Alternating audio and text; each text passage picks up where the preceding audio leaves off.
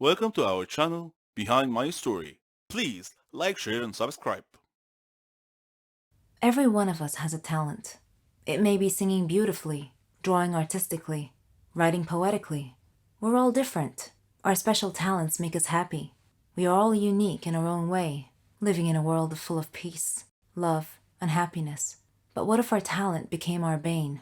Well, my talent did become my bane. Let me tell you how. My name is Jenny, and I'm 16 years old.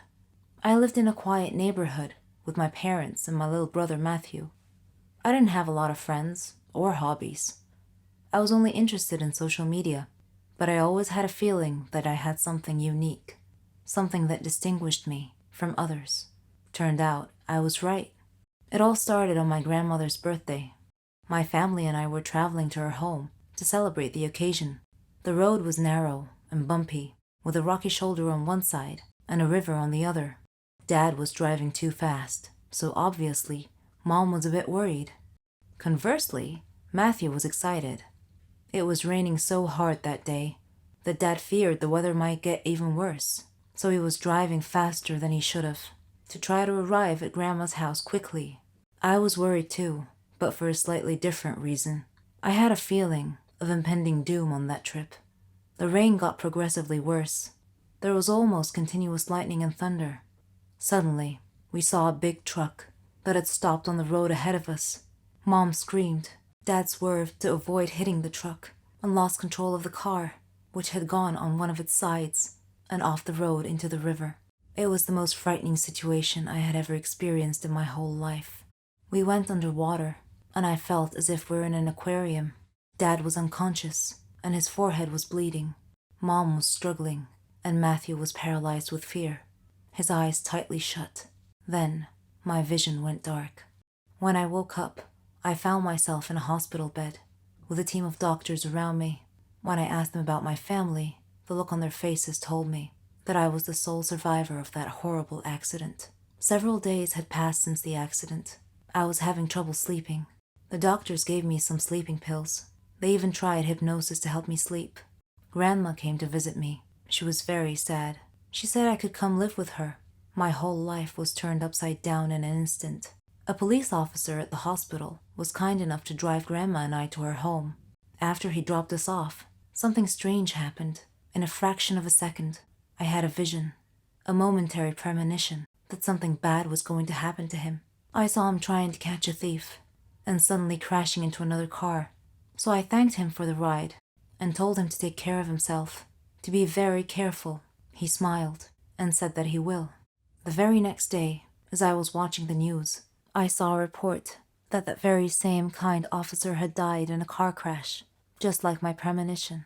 Grandma was upset when I told her what had happened. I didn't tell her that I had foreseen his death, because I knew that she wouldn't believe me. In fact, she might have even thought I was crazy. This strange turn of events happened again, with one of our neighbors, who visited us one day. She was a kind, lovely woman. I had a premonition that she would die in her kitchen due to a gas line explosion. I urged her to be careful with the cooking gas, because it could be so dangerous. But she just laughed and said that she loved cooking, and that there's nothing to fear. Grandma got a bit upset with me for making a big deal out of nothing. She said that I was just a little paranoid due to the accident, and that my imagination was getting way too overactive, and that I shouldn't try to scare people. Needless to say, the neighbor that I had warned did indeed die in a gas line explosion 4 days later. Coincidence? I think not. Am I somehow causing these incidents to happen? I couldn't help but think that I was somehow linked to the whole thing. I searched the internet for any information about this phenomena, and I found that it was common in people who had been involved in a traumatic experience, especially almost drowning incidents. I read a research that said that parts of the subject's brain would become very active. After our neighbor's accident, my aunt and uncle came to visit us. I had missed them a lot, but yet again, I had a premonition that they would have an accident going home, causing their car to explode and crash into the river. 2 days later, they were preparing to leave and head home. I begged them to stay one more night, but they said that they couldn't because they had work the next day. I told Grandma about my premonition, and she scolded me, told me to stop this nonsense. She thought it was my overactive imagination again. My uncle came in as Grandma was scolding me and asked me what was wrong. I wanted to say, "Nothing important, Uncle. Just premonitions of doom, that's all." But I didn't. I went to sleep instead and had a dream that Uncle was going to get run over by a car. Suddenly, I woke up to the sound of Uncle and Grandma's voices. They were talking about me, and it was raining outside. Uncle stood up and said that he had to get something from his car. I sat up straight and shouted, "No, don't go." Uncle said, "Jenny, it'll be fine. I'll just get something from the car." I couldn't dissuade him from going, so I followed him out. Uncle went out to his car and was standing by its door, which was facing the road. Then I saw the headlights. A car was coming down the road, driving towards us. I saw the car hit a flooded spot on the road and suddenly began sliding sideways, right towards Uncle. Instinctively, I made a decision to try and protect him. I had to at least try. I jumped in front of the swerving car. The driver saw me and tried to regain control. Suddenly, I felt a warm sunshine mysteriously coming down from the sky amidst the rain, and I felt calm and safe. And I had one final premonition before everything went dark. One of the best feelings in the world for any woman is being a mother.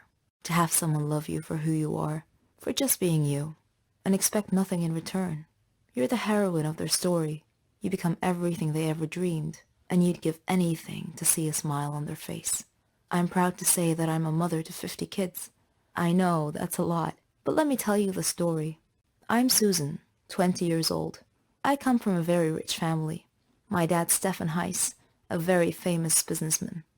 Yes, the owner of Heiss Cars Industry. My mom's Elena. She comes from a very rich family in Sweden.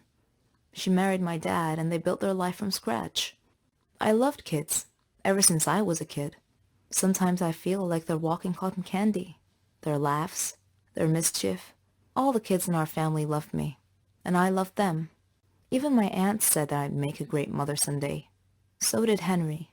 Henry was my childhood friend. We grew up together. We had the same interests, same hobbies. We even thought alike. We got married and started our life together. We were young, but our dreams were big. I was thrilled when I found out that I was pregnant, and Henry was so happy he couldn't believe it. He did everything he could to help me relax. He couldn't wait to be a father. But destiny had something else in store for us. We had just arrived from Sweden. Henry had a problem at work. He was talking on the phone while driving at high speed on a dangerous road. I tried to tell him to watch the road, but it was too late.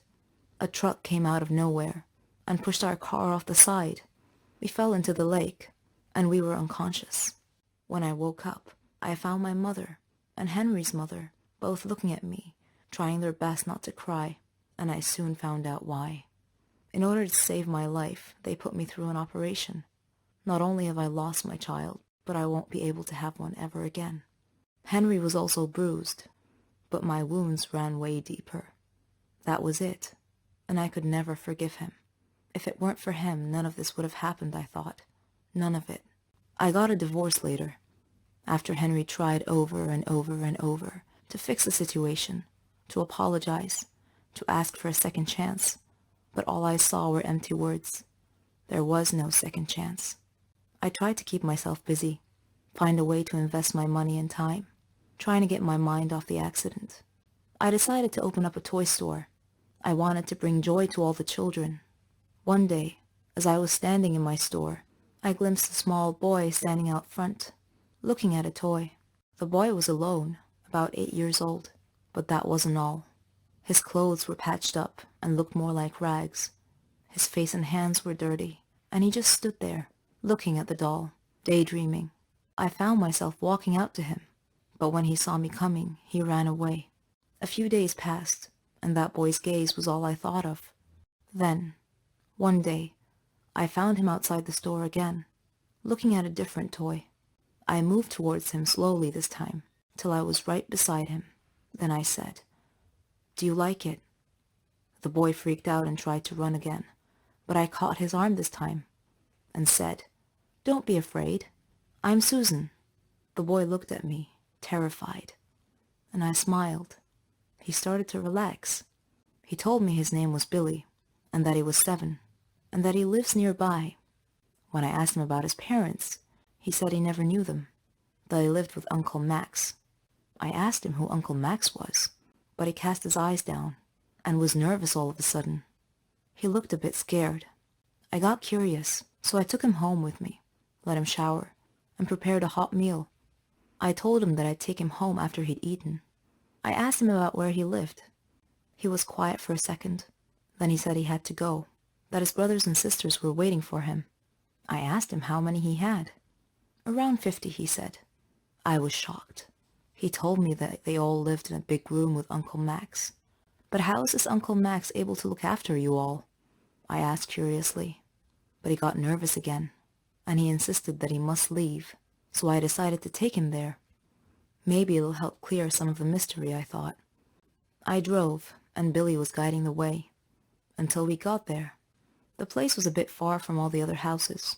It looked more like a dump, with some sort of shack built on it.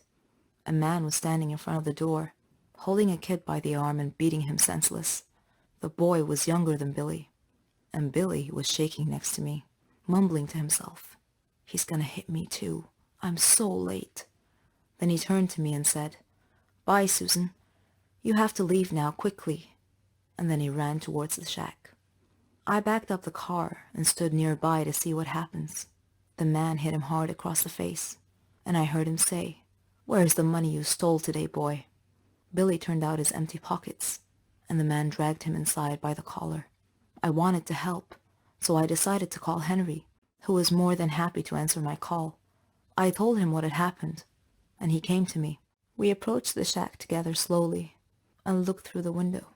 A lot of children, ages from 3 to 7. The place was a real dump. The man was sitting at a table. It had food and drink. Billy was dragging a heavy sack on the floor, and another kid was carrying a cup to bring to the man, who snatched it out of the boy's hand. Then he got up and started waking the rest of the kids, telling them to get out there and bring him money, that they would face a real nightmare if they didn't. I wanted to barge in, but Henry stopped me. He called the police instead. The police came quickly, and they caught the man. Apparently, he kidnapped these children from parks and surrounding areas, so they could steal for him, and he would starve them and beat them. The police didn't know what to do with all the children, and I felt like this was my second chance. I told the police that I would build a home big enough, and I would take them all in, to give them the care and love that they deserve. And that is how I became a mother to 50 kids. He was a dream, the future, or so I thought. But my love was cursed right from the start. Sounds a bit confusing, right? Let me explain. But first, I should probably introduce myself. I'm Carolyn.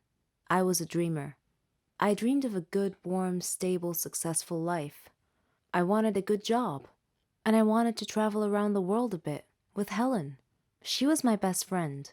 We virtually shared the same dreams, and hobbies, and interests, and lifestyles. We've been friends since we were kids. People often thought that we were sisters. I did too, in fact. She even got jealous if anyone tried to get close to me. Every day, Helen and I worked a little more towards our dreams. Once, when Helen and I were traveling with some of our friends, we had a problem with the hostess on the plane. A gentleman intervened and cleverly solved our problems. His name was Danny. I liked him. A lot. I thought about him often, but whenever I talked to Helen about him, she told me that he was not as amazing as I seemed to think he was. Coincidentally, I met him again at a party of a mutual friend. We talked together till daylight. I told Helen about our encounter, and she expressed her wishes that my love story would have a happy ending. I similarly told her that I hoped she would find the love of her life someday too. Everything would be okay, we figured. Then, one day, I received a letter in our mailbox. It was in weird handwriting, as if the writer had written it with a trembling hand. I opened it curiously. It said that my love for Danny would become a curse if I didn't give him up and get him out of my life. What nonsense, I thought. Whose idea of a silly joke was this? I immediately called Danny and Helen to tell them about the letter. Danny laughed, but Helen was worried and suggested that I should be careful from now on. That same day, Danny had a horrible car accident, but fortunately he wasn't hurt. A detective investigating the case determined that his car brakes had been tampered with.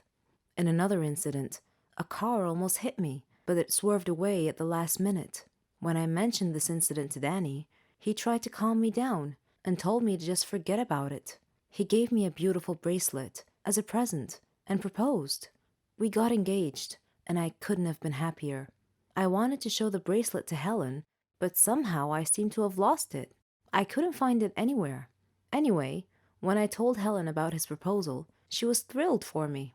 I spent days shopping for just the right wedding dress. I was so busy with preparations that I forgot all about the ominous letter. I went to the wedding hall early to make sure that everything was ready and prepared. Helen was helping me, and Danny kept calling me to make sure I was all right. Suddenly, the lights went out. I called out to Helen, worried that she might have tripped and fallen when the lights were out. When the lights came back on, Helen had fainted, and my dress had disappeared. I screamed to the ceiling, "What do you want from me? Leave me alone!" Suddenly, Danny appeared out of nowhere and asked me what had happened. I told him then and there that we must break off our engagement, otherwise the curse the letter mentioned might injure someone or cause someone to die. Then Helen came too and tried to calm me down. She told me to go to the car and that she would get our stuff and follow me. I loved Danny and wanted to marry him, but now I was seriously worried that this curse threat might actually be real. Helen came back carrying a bag and a large suitcase and told Danny not to worry, that she would drive me home and then call him to tell him that we had arrived safely. I was still crying, and Helen was trying to calm me down. When we arrived home, I noticed something strange. Helen was carrying a bag that was partially open, and I glimpsed a piece of clothing stuffed into it. It looked exactly like my dress. I opened the bag and found that it was my dress. I confronted Helen and demanded to know how my missing dress ended up in her bag. I clearly caught her red-handed, and she was unable to answer coherently. I realized at that moment that the source of the so-called curse was Helen. "Helen," I said, "how dare you do this to me? I thought we were like sisters to each other." She replied icily, with a glare that I saw for the first time. She said that she fell in love with Danny just as I did, but he chose me instead of her, and that she hated me for it. She said she won him over and got him to love her instead.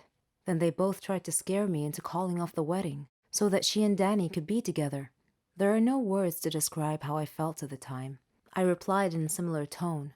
I told her that I don't ever want to see her again, or Danny. Neither of them mattered anymore. I never did see Helen or Danny after that day. I'm on a Caribbean island now, sipping on a cocktail. I read in the paper that Danny and Helen had announced their engagement. I'm thinking about what wedding present I should give them as a surprise.